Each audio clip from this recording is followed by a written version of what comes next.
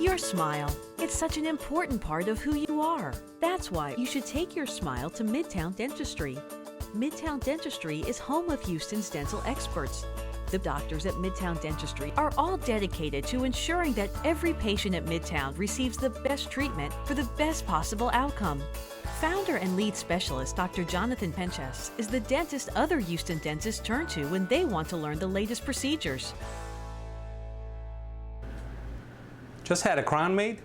Well, let me give you some advice for the next few days. First, remember that having crowns made is very safe and predictable. You can have a serious complication, but it's usually very rare and you don't have to worry about it.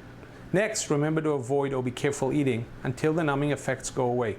You can really bite your tongue. The effect should wear off in a few hours and you can have a great meal. Once the numbing wears off, make sure that the bite feels normal. If you're biting too hard or high on the treated tooth, return to the office to have it adjusted because a high tooth will become very sore. Now about that pain. Slight to moderate pain and swelling can be experienced for a few days after a procedure, but it should not be extreme, it shouldn't wake you up at night, and there should be no bleeding. You should be able to function and work normally. Just go to work.